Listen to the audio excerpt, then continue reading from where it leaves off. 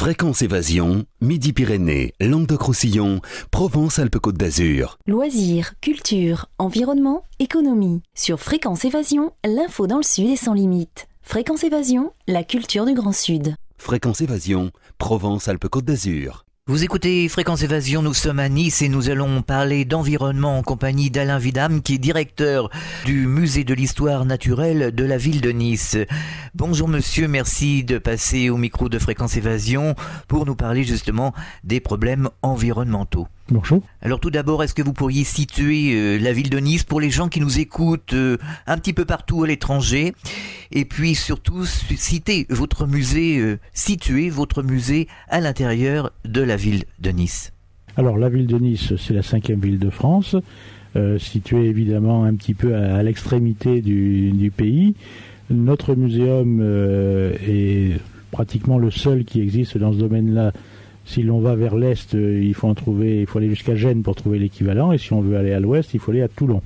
Donc nous sommes pratiquement le seul musée d'histoire naturelle du département et de l'environnement immédiat. Nous allons donc parler d'environnement, je le disais en début de présentation. Alors évidemment, la protection de la mer, la protection de la vallée, de la montagne, il y a une faune, une flore importante un peu partout qui mérite d'être protégée. Est-ce que vous pourriez justement nous en parler ? Et commencer par la mer Méditerranée. Quelle est la particularité de la Méditerranée, justement ? Alors, la particularité qui n'est pas seulement maritime, mais qui touche un petit peu la totalité de la morphologie des Alpes-Maritimes, et le nom même du département veut bien dire ce qu'il est, c'est-à-dire que nous passons très rapidement de plus 3000 mètres dans le massif du Mercantour jusqu'au moins 3000 mètres dans la Méditerranée que nous atteignons relativement rapidement. Si bien que ce passage très rapide donne lieu à des particularités naturalistes, qu'elles soient marines ou terrestres, et qui sont tout à fait uniques sur le pourtour méditerranéen, et je dois dire même dans le monde. Quelle est la faune et la flore que l'on peut trouver à l'intérieur de la mer Méditerranée ? La particularité morphologique que je viens de citer montre bien qu'on a là un raccourci et on a un échantillonnage très, très rapide de tout ce qu'on peut trouver habituellement réparti sur des surfaces beaucoup plus importantes, surfaces littorales. Nous avons ici par exemple peu ou pas du tout de plateau continental. Cette zone qui se situe habituellement dans l'océan à moins de 100 mètres, ici n'est pratiquement pas inexistante et on passe du littoral pur qui dure quelques mètres jusqu'à des fosses très très profondes. On a donc un raccourci des faunes et un certain mélange. Ça nous donne un aspect très très raccourci et des phénomènes à la fois biologiques ou océanologiques qui soit n'existent pas, soit sont tellement mélangés qu'on arrive à une complexité relativement importante. Quelles sont les espèces que l'on trouve en mer Méditerranée ? Alors, les espèces méditerranéennes typiques, on va dire, sont les poissons de roche. Dès qu'on parle de Méditerranée, on pense à soupe de poisson, bouillabaisse, etc. Mais il faut penser qu'à ces poissons, j'allais dire un petit peu folklorique en règle générale, mais on a aussi d'autres espèces comme tous les requins. On a en Méditerranée des requins qu'on peut trouver en océan. Vous savez, ce sont les animaux qui se baladent un petit peu partout. On a donc des formes océaniques qui arrivent jusqu'en Méditerranée. Et sans vouloir faire peur aux baigneurs, j'ai l'impression que si de temps en temps ils savaient ce qui leur passe relativement près, ils sortiraient de l'eau en vitesse. En réalité, il n'y a jamais eu d'accident parce que la température de l'eau est suffisamment fraîche malgré tout pour éviter d'avoir les problèmes liés aux tropiques. Mais on a aussi des faunes de grande profondeur qui sont très très pêchables. On a en collection dans notre établissement des formes de grande profondeur qui ont été pêchées par les pêcheurs du 19e siècle par les pointus et des moyens de pêche très très artisanaux. Donc il existe également des algues. Quelles sont les différentes algues, les différentes espèces que l'on trouve dans les fonds méditerranéens ? Les algues, ça représente, ici vous avez dans la région niçoise un problème très très particulier, en particulier donc Caulerpa daxifolia, dont les journaux se font quelquefois grands développeurs. Et cette algue, qui est probablement dérivée d'une algue tropicale, c'est particulièrement bien développé en Méditerranée, parce que la température de l'eau, qu'on croyait suffisamment froide pour que cette algue tropicale ne résiste pas longtemps, elle s'y est parfaitement accoutumée. Donc on peut trouver des formes endémiques qui ont toujours vécu en Méditerranée, et puis des formes tropicales qui finalement s'adaptent relativement bien.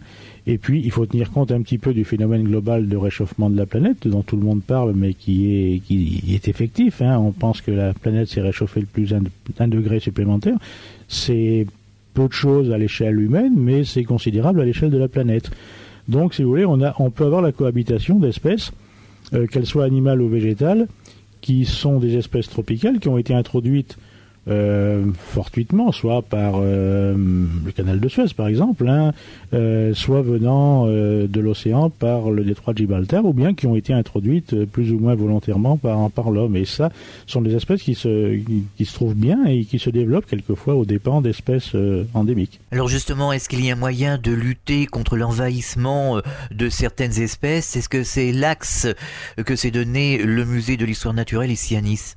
C'est très difficile de lutter contre une espèce vivante qui a été introduite fortuitement, parce que on n'en connaît pas les points de départ, on ne sait pas du tout quel va être son impact sur le milieu. Alors évidemment, l'idéal serait de pouvoir lutter tout de suite, dès qu'un point de départ a été détecté, de pouvoir éradiquer cette espèce. Encore faut-il bien l'identifier, savoir si réellement elle va devenir envahissante ou non. Le cas de Colerpa taxifolia, par exemple, est significatif, parce que pendant plusieurs années, on l'a vu se développer relativement anarchiquement, mais on s'est dit, ça va se calmer. En réalité, ça s'est pas du tout calmé, ça a continué à proliférer. Et puis maintenant, le point de non-retour a été franchi. Il suffit de savoir comment les espèces animales et végétales locales vont pouvoir cohabiter avec cette nouvelle espèce. Alors, le Muséum d'histoire naturelle n'a pas les moyens d'intervenir à ce niveau-là. Simplement, il intervient au niveau des inventaires de la biodiversité. On peut simplement intervenir en disant il existait telle espèce à telle époque, nous les avons en collection, on en est sûr. On refait un pointage aujourd'hui, un siècle plus tard, on s'aperçoit qu'il ne reste plus que telle ou telle espèce vivant, aux dépens de telle autre qui n'existait pas il y a un siècle et qui existe aujourd'hui. Quelles sont les principales menaces en Méditerranée, justement, au niveau de l'écosystème, de son équilibre? Je crois que le principal risque sur l'ensemble de la Méditerranée, qui est une petite mer par rapport à l'ensemble des océans de la planète, et qui est une mer fermée, qui n'a pas des mouvements d'eau considérables, ce serait une pollution accidentelle. Tout le monde pense aux hydrocarbures. Chaque fois qu'on voit ce qui se passe sur le côté océanique, on imagine ce que pourrait être une pollution de telle envergure sur une mer qui n'a pas de marée et dont le renouvellement biologique et aquatique et pas hydrologique n'est pas considérable. On aurait certainement là une catastrophe bien plus importante que ce qui peut exister au niveau océanique. La Méditerranée n'a pas le taux de renouvellement biologique et disons d'autodigestion que ne l'a l'océan Atlantique, par exemple. Est-ce qu'actuellement il y a des recherches justement pour essayer de prévenir ou de maintenir l'équilibre de cet écosystème qui est quand même un peu fragile? Bien, si vous voulez, un muséum, une fois encore, n'a pas de rôle d'intervenir dans ce genre de problème. Par contre, il intervient au niveau des collections de référence, et on intervient un petit peu comme un ouvrage de comparaison. On sait, par les collections dont on dispose, ce qui existait il y a un siècle par exemple. On ne peut donc que faire des comparaisons avec ce qu'il y a aujourd'hui et mesurer l'évolution. Par contre, ce qui est vrai, c'est que des espèces vivantes, qu'elles soient animales ou végétales, disparaissent chaque jour de la planète, mais sans que l'homme n'y soit pour quelque chose. Il y a une évolution générale et naturelle du monde vivant. Des espèces disparaissent, des espèces apparaissent. Alors évidemment, si vous voulez, l'entropie et l'intervention de l'homme vient un petit peu troubler tout ça, parce que maintenant on n'est plus tellement bien sûr de ce qui évolue naturellement ou de ce qui évolue essentiellement à cause de l'action humaine. Alors c'est vrai qu'un muséum peut par exemple mettre un petit peu son grain de sel en quelque sorte dans l'opération en disant bon, il faut peut-être relativiser ça, on sait que ça existait il y a un siècle, ça existe toujours, un peu moins pour telle raison. On peut être un petit peu des modérateurs ou des gens qui temporisent un peu. Encore que, si vous voulez, une fois encore, on n'est que des scientifiques de formation et on a le même doute que la plupart des scientifiques. On n'est jamais sûr de rien à 100%. Alors au niveau de la montagne, quelle est la faune et la flore de ces zones montagneuses? Qu'est-ce que l'on peut trouver? Alors, tout comme dans la mer, nous avons un raccourci assez saisissant en quelques dizaines de kilomètres de la totalité des strates à la fois de flore et de faune. Alors là aussi, l'intervention humaine, et essentiellement dans les Alpes-Maritimes, est très, très forte. Les espèces disparaissent ou évoluent ou changent d'aire géographique de répartition parce que l'influence humaine est telle que, c'est vrai pour les espèces animales, on s'aperçoit que bien des insectes ou des mammifères, etc., migrent un petit peu vers l'altitude qui est pour l'instant moins urbanisée et bon, pour des raisons évidentes. Nous allons parler tout de suite du musée de l'histoire naturelle. Alors, comment a-t-il été créé ce musée? Quels sont ses objectifs? Que peut-on voir à l'intérieur de ce musée ici à Nice? Alors, le Muséum de Nice a été créé par la volonté de deux hommes au XIXe siècle, au milieu du XIXe siècle. Jean-Baptiste Vérani, d'une part, qui était un zoologiste, qui était un pharmacien de formation, et qui s'intéressait à la fois aux oiseaux et puis aux céphalopodes marins, donc aux poulpes, aux seiches et calamars. Il avait réuni ce qu'on appelait à l'époque un cabinet d'histoire naturelle et il l'a légué à la ville de Nice en 1846. Donc le Muséum d'histoire naturelle de Nice existe depuis 1846. Simultanément se développait l'idée d'un autre naturaliste qui était Jean-Baptiste Barlas, qui lui était un riche commerçant niçois mais qui s'intéressait à l'histoire naturelle, spécialement à la botanique et encore plus particulièrement à la mycologie, aux champignons, et qui a créé des collections, qui avait constitué pour son propre compte des collections, et dont il a voulu faire profiter ses concitoyens. Alors pour ce faire, il a construit un bâtiment sur ses propres deniers, bâtiment dans lequel nous sommes encore aujourd'hui, en 1852. Donc très vite, les collections des deux hommes se sont trouvées mélangées, et Barlas a légué son bâtiment, ses collections, sa bibliothèque à la ville de Nice à sa mort en 1896. Donc si vous voulez, c'est de loin le plus ancien musée de Nice, et aujourd'hui dans pratiquement les mêmes locaux. Les collections se sont multipliées, se sont considérablement enrichies. Aujourd'hui, nous avons en collection à peu près un peu plus d'1 million de spécimens qui sont répartis un tiers en géologie, un tiers en botanique, un tiers en zoologie, et puis une bibliothèque dans laquelle nous sommes présentement, et qui comporte à peu près plus de 500 000 titres, qui est une collection une des plus riches de sciences naturelles du sud-est de la France. Alors quelles sont les différentes pièces que pourront voir les touristes, les visiteurs qui viennent ici au musée de l'histoire naturelle? Que peut-on voir exactement? Est-ce qu'il y a différents thèmes? Alors, nous sommes dans une situation un petit peu paradoxale. Le musée, par l'âge que je viens de vous avouer, se trouve être un vieux bâtiment qui ne correspond plus aux normes de sécurité d'aujourd'hui. Du coup, il a été pendant 4 ans fermé complètement au public pour raison de sécurité et il n'est en partie que, entrouvert. Le public a à sa disposition une seule salle qui est consacrée aux céphalopodes. Elle avait été ouverte en fin 2000 justement pour célébrer le bicentenaire de la naissance de Jean-Baptiste Vérani. Donc on a à la fois des céphalopodes actuels et des céphalopodes fossiles. C'est un petit peu un échantillonnage de ce que pourrait être un muséum moderne que l'on nous promet depuis un certain temps, mais qui finira bien par arriver. Il faut être patient. Le géologue qui vous parle sait que les dizaines, les centaines, voire les millions d'années ne comptent pas, et donc on reste très, très, très patient. Donc il serait indispensable un beau jour d'avoir à Nice un muséum d'histoire naturelle qui corresponde à la taille de ses collections. Mais pour l'heure, le public peut venir visiter cette salle. L'accès au muséum est gratuit et même climatisé pour l'été. Quels sont les céphalopodes actuels que le public pourra voir au musée de l'histoire naturelle ici à Nice? Alors, donc, les céphalopodes actuels, ce sont les poulpes, les seiches, les calamars, et puis avec des variétés que sont, par exemple, les argonautes, qui sont une variété de pieuvres qui sécrètent une nacelle très, très particulière. Et puis, les céphalopodes fossiles, ce sont les ammonites et les bélemnites. Il se trouve qu'on avait également au muséum une très belle collection d'ammonites, donc on a une continuité entre ces mollusques qui ont existé, qui sont apparus sur Terre à la fin de l'ère primaire et qui continuent aujourd'hui. Donc on a là justement une évolution de ce que peut être la vie à travers les âges. Alors justement, est-ce qu'il est organisé des conférences, des débats, une explication justement dirigée sur tout ce que l'on peut voir ici dans ce musée, sur ces céphalopodes? Est-ce qu'il y a comme ça un échange avec le public?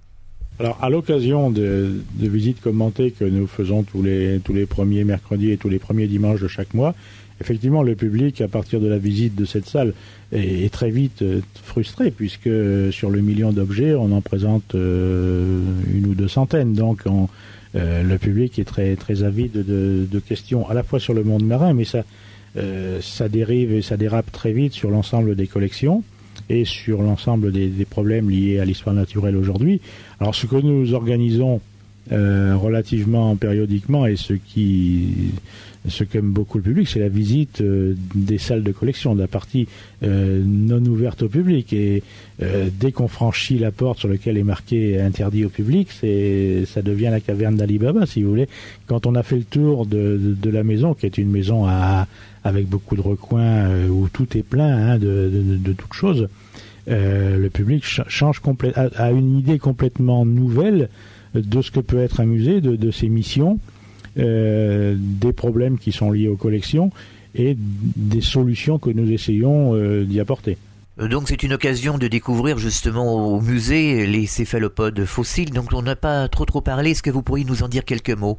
Alors les céphalopodes fossiles ont plusieurs intérêts. D'abord, ça a un intérêt esthétique non négligeable, puisqu'au fil des millions d'années, leur forme a considérablement évolué. Grosso modo, ça ressemble à, comment dirais-je, des gros escargots, si vous voulez, en calcaire, pour ceux qui n'en ont jamais vu, mais personne qui se soit promené un petit peu dans un arrière-pays n'a vu un jour ces fossiles bien caractéristiques. Alors, par-delà cette forme bien particulière et l'aspect esthétique, ce sont aussi des fossiles très intéressants pour les géologues et les stratigraphes en particulier, qui essayent de déterminer l'histoire de chaque couche de terrain. C'est que ces fossiles ont évolué dans le temps et quelquefois ont évolué très vite d'une espèce à l'autre. Leur connaissance bien précise permet donc, en les retrouvant sur le terrain, de mettre un âge particulier sur chaque couche ou sur une série de couches, si vous voulez. Donc c'est ce qu'on appelle des fossiles bons marqueurs, bons marqueurs sur le plan de la stratigraphie, sur le plan de l'âge absolu du terrain dans lequel ils se trouvent. Est-ce qu'actuellement vous auriez des projets autour du musée? Notre gros projet, c'est quand même la modification complète du bâtiment, qu'il soit reconstruit sur place ou qu'il soit délocalisé. Il faudra certainement tourner sur cette deuxième solution, parce qu'ici le foncier est relativement réduit. On ne va pas pouvoir augmenter considérablement la taille des bâtiments. Et les collections les collections et leur présentation au public méritent des bâtiments beaucoup plus grands. Alors ce projet est d'envergure, ne peut pas se décider très vite, il vaut mieux y réfléchir sérieusement. J'espère bien sincèrement le voir avant de pouvoir prendre ma retraite, mais cette forme de nouveau musée ne sera pas un muséum à l'ancienne agrandi, mais devrait être un établissement qui soit beaucoup plus qui contienne les collections, qui les enrichisse et qui les conserve, mais qui puisse être une présentation à la fois des problèmes environnementaux du moment et de pouvoir permettre des échanges entre les scientifiques et le grand public. Il faut qu'on serve vraiment d'intermédiaire entre les scientifiques qui sont quelquefois dans leur laboratoire, qui n'ont pas beaucoup de contact avec le grand public, qui parlent un vocabulaire quelquefois très spécialisé, et donc ce grand public qui est avide de questions et qui mérite à juste titre d'avoir des réponses quand elles existent. Quel serait le message que vous souhaiteriez adresser aux auditeurs de Fréquence Évasion pour les inciter justement à venir se rendre ici à Nice au musée de l'histoire naturelle et visiter, découvrir les collections? Oui, de toute façon, venir visiter l'exposition, je les y convie bien volontiers. Mais je crois que la prise de conscience importante, et ça, les musées sont pas les seuls à essayer de faire passer ce message. Je crois qu'il faut absolument être persuadé que la planète est une petite planète, et qu'on en a aujourd'hui et relativement vite fait le tour, que les ressources ne sont pas inépuisables, que que les déchets là aussi, quand on jette quelque chose, faut bien qu'on le retrouve quelque part, que rien, tout se retrouve forcément quelque part, et que les cycles naturels que nous pouvons étudier, que nous pouvons montrer, la nature met quelquefois plusieurs millions d'années à régler un cycle complet, mais que l'apparition de l'homme, sa multiplication, les problèmes démographiques sont tels que nous sommes en train d'augmenter considérablement, ou plutôt de raccourcir considérablement la durée de ces cycles, et que il va bien falloir un jour que vraiment ça urge de prendre conscience que nous sommes sur un petit vaisseau cosmique qui se balade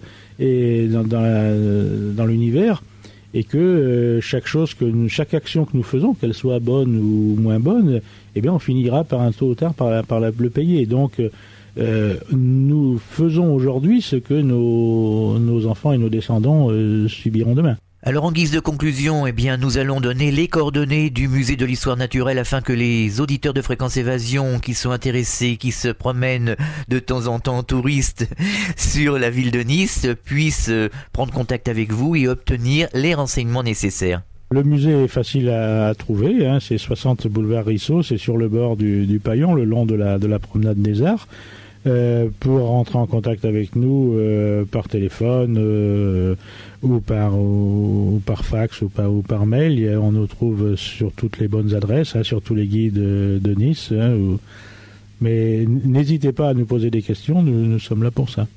Monsieur, merci d'avoir répondu à nos questions. À très bientôt sur l'antenne de Fréquence Évasion. Au revoir. Merci, au revoir. Vous êtes sur Fréquence Évasion, nous étions sur la Côte d'Azur, à Nice, au musée de l'histoire naturelle. À très bientôt. Fréquence Évasion.